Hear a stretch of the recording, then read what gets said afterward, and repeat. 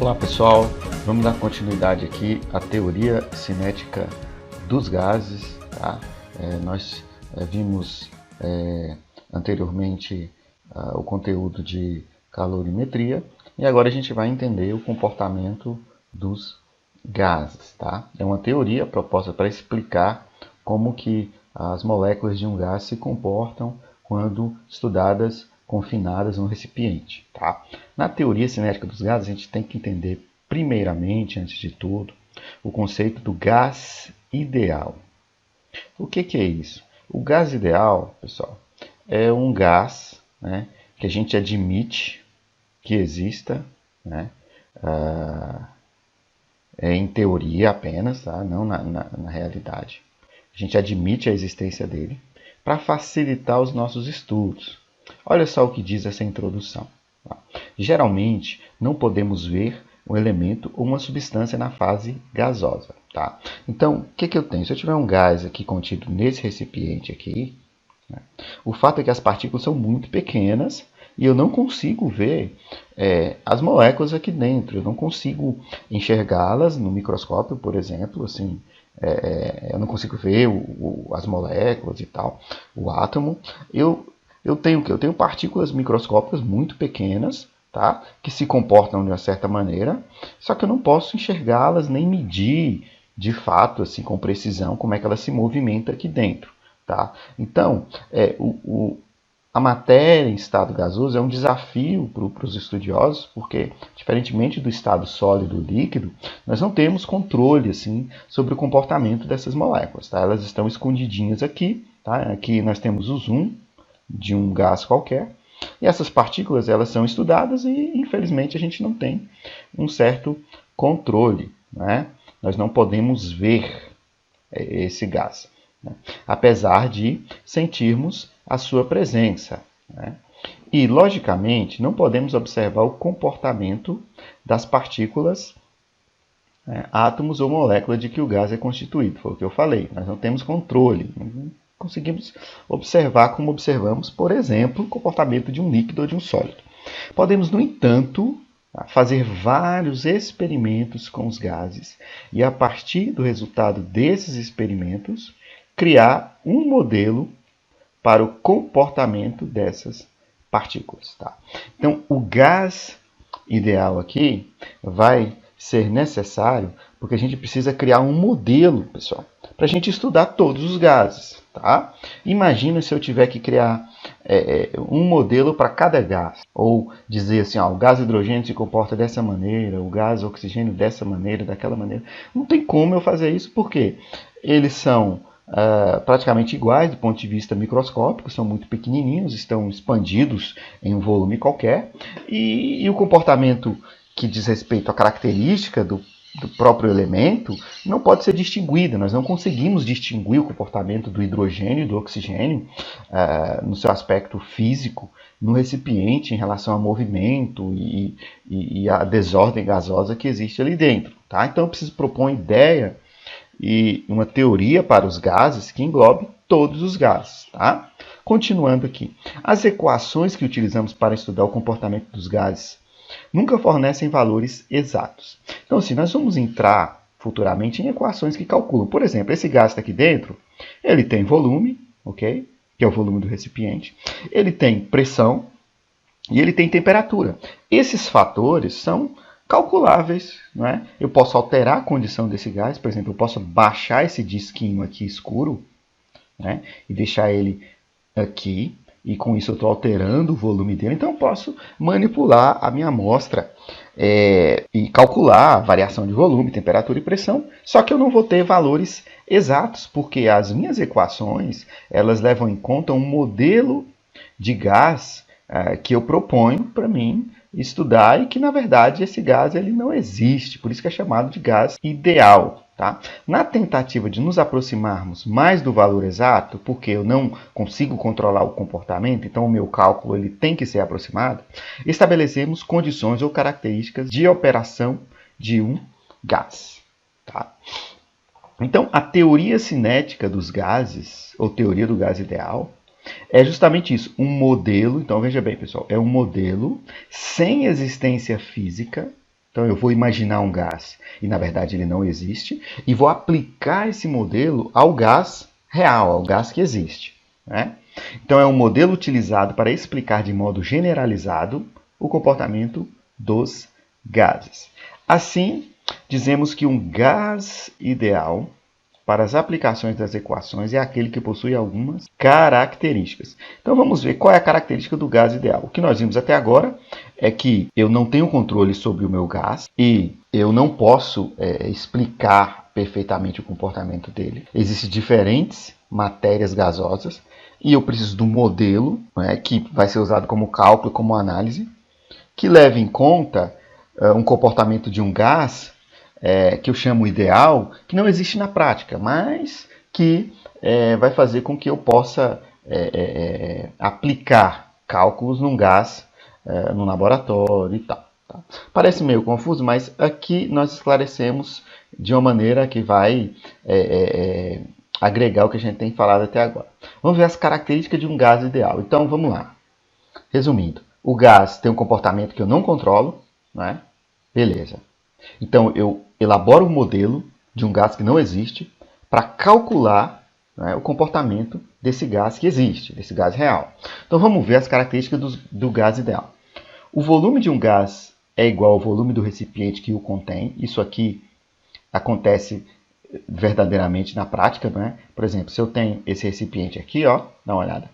Esse recipiente, o volume do gás é o volume do recipiente. Veja, eu tenho 1, 2, 3, 4, 5, 6. 6 partículas gasosas aqui. Aqui eu tenho 6 também.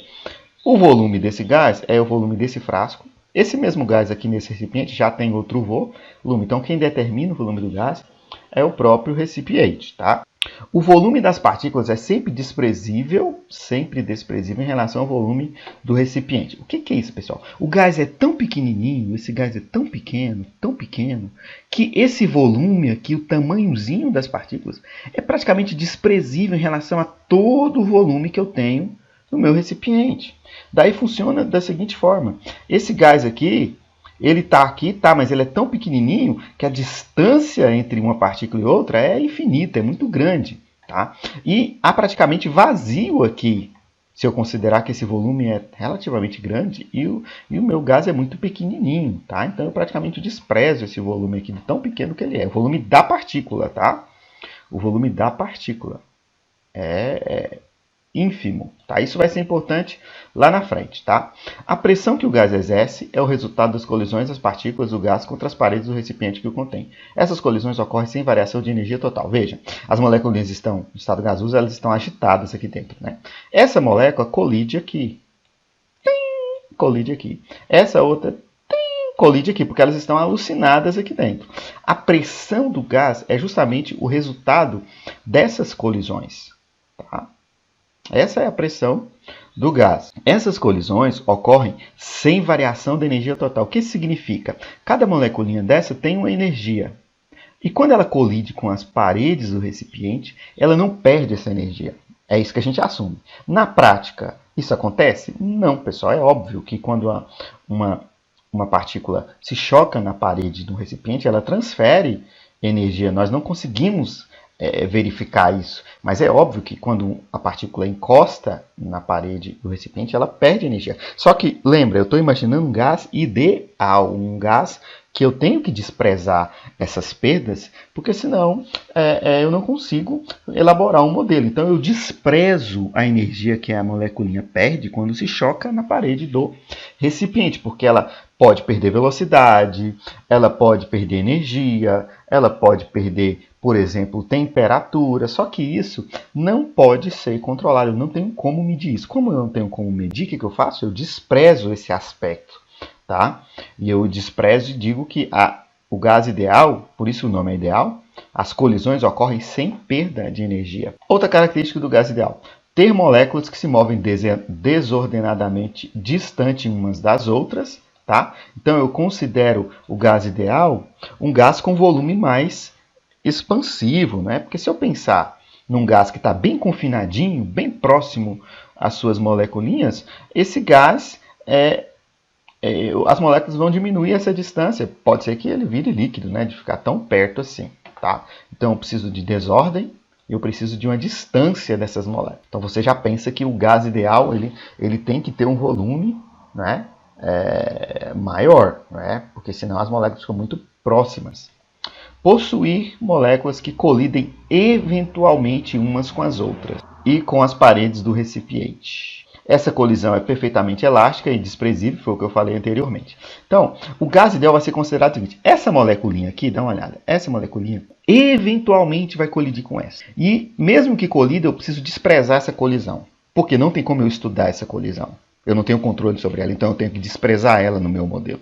Então eu vou dizer, a molécula do gás praticamente não colide uma com a outra. Essa realidade funciona na prática? Não, porque se o gás estiver com volume pequeno e as moléculas estiverem próximas, a probabilidade de elas colidirem umas com as outras é grande. Só que como eu não tenho como controlar isso e nem mensurar isso, eu excluo isso do meu gás. Eu digo, meu gás ideal, não, as moléculas não se colidem umas com as outras. Tá? A colisão perfeitamente elástica é porque ela não transfere energia para outra molécula e nem para a parede quando se choca. Tá? Item 5. A temperatura absoluta é diretamente proporcional à energia cinética das partículas que constituem o gás. Então, a ideia é que eu aumentei a temperatura, as moléculas vão ter uma energia cinética, que é a energia de movimento, maior, tá? E eu tenho, então, o comportamento do meu gás ideal. Veja que todos esses itens que a gente mencionou aqui, tá? Todos eles são considerados o modelo ideal, só que esses itens eles não acontecem realmente na prática com todos os gases. Ele é um modelo que serve para a gente calcular, porque a gente despreza algumas coisas, porque senão não tem como a gente fazer nada. Por fim, pessoal, para resumir isso aqui, vamos entrar agora no resumão de tudo isso, do que é um gás ideal, né, e o efeito prático disso. Vamos lá. Olha só, o termo ideal se refere ao comportamento dos gases em condições ideais. Todas aquelas características são condições ideais. Que acontecem sempre na prática? Não, não acontecem sempre na prática. Então, as condições ideais são baixa pressão e alta temperatura. Ou seja, o gás ideal, quanto menor a pressão dele, o gás real que você trabalha, quanto menor a pressão nele e quanto mais alta a temperatura, mais ele se aproxima daquele modelo que a gente prevê.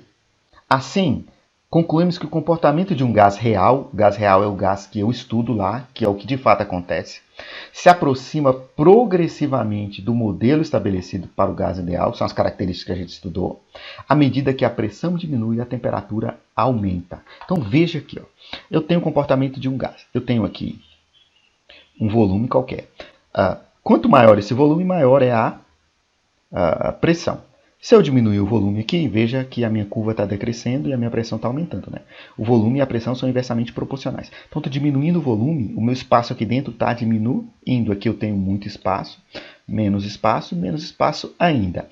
Veja, o comportamento do meu gás, quanto mais volume ele tem, e portanto menor pressão, mais ele se aproxima do gás ideal. E quanto maior for a temperatura, mais ele se aproxima do gás ideal. Por quê, pessoal?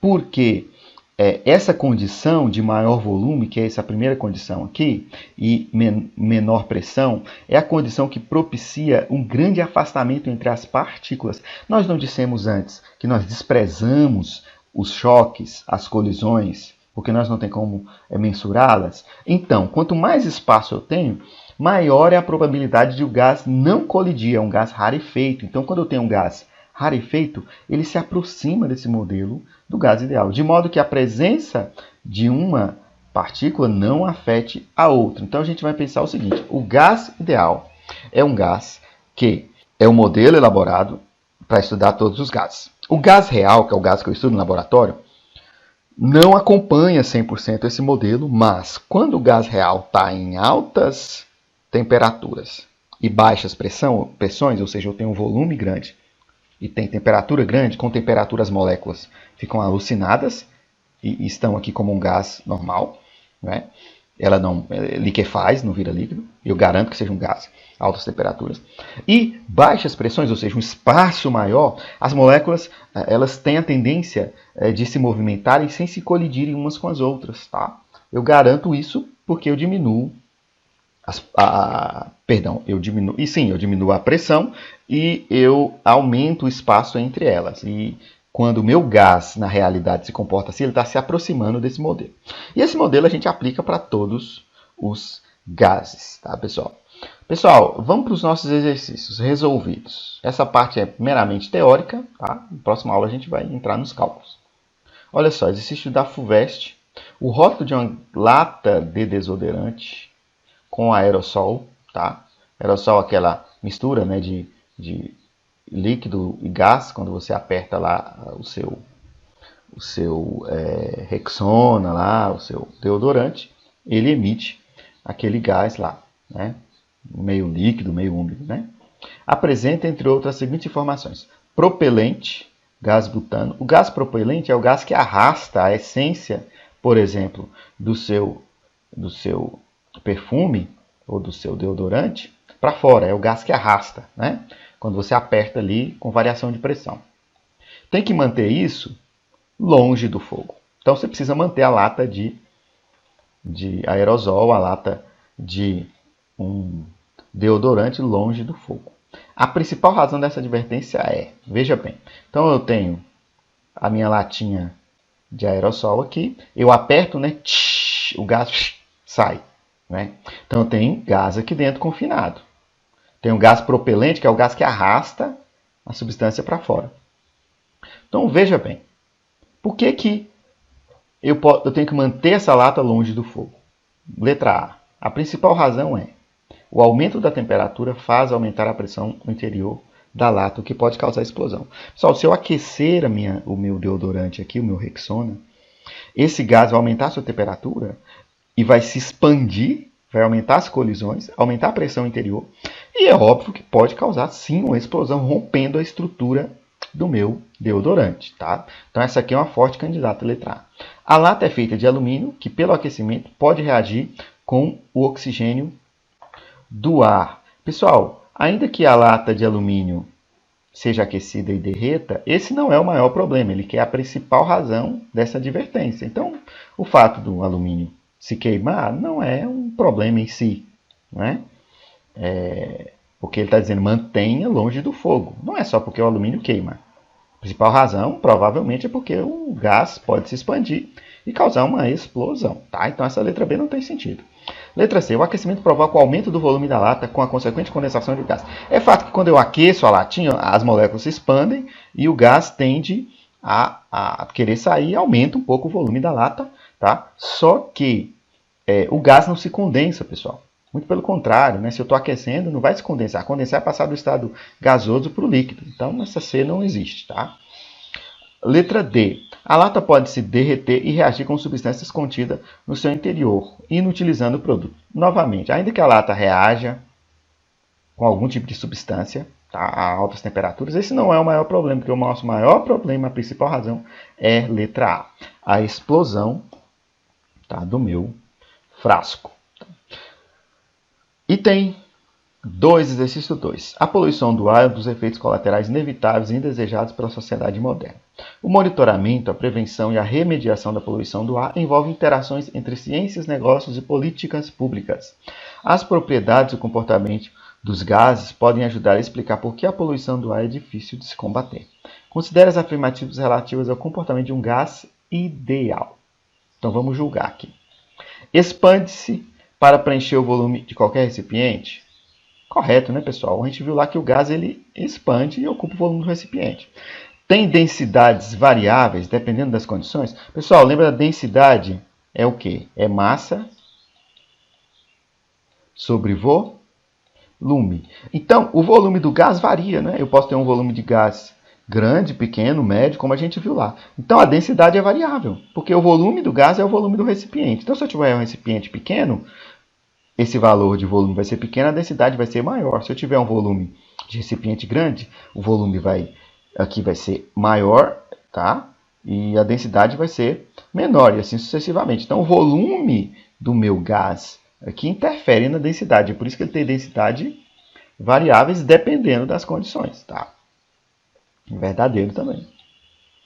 Mistura entre si facilmente, pessoal, o gás se mistura porque ele está no estado isolado, então o gás é uma mistura homogênea, todo gás é uma mistura homogênea, tá?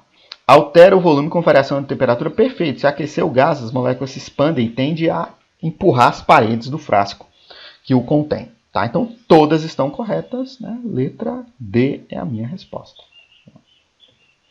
Vamos para adiante. Outro exercício resolvido. Por que recomenda-se, como medida de segurança, que os botijões de gás não sejam colocados em locais ensolarados? Então, você tem um botijão de gás lá, né? Tá aqui. Você não vai confinar ele no sol. E o motivo, cara? Olha a resposta. O aumento da temperatura pode provocar um aumento da pressão. Tá errado aqui, tá? É pressão sem separação aqui. No interior do botijão. Então, tem o gás aqui, de cozinha. Se eu aqueço o botijão, esse gás tende a aumentar a pressão aqui dentro. O que pode ocasionar vazamento com maior pressão. Tá?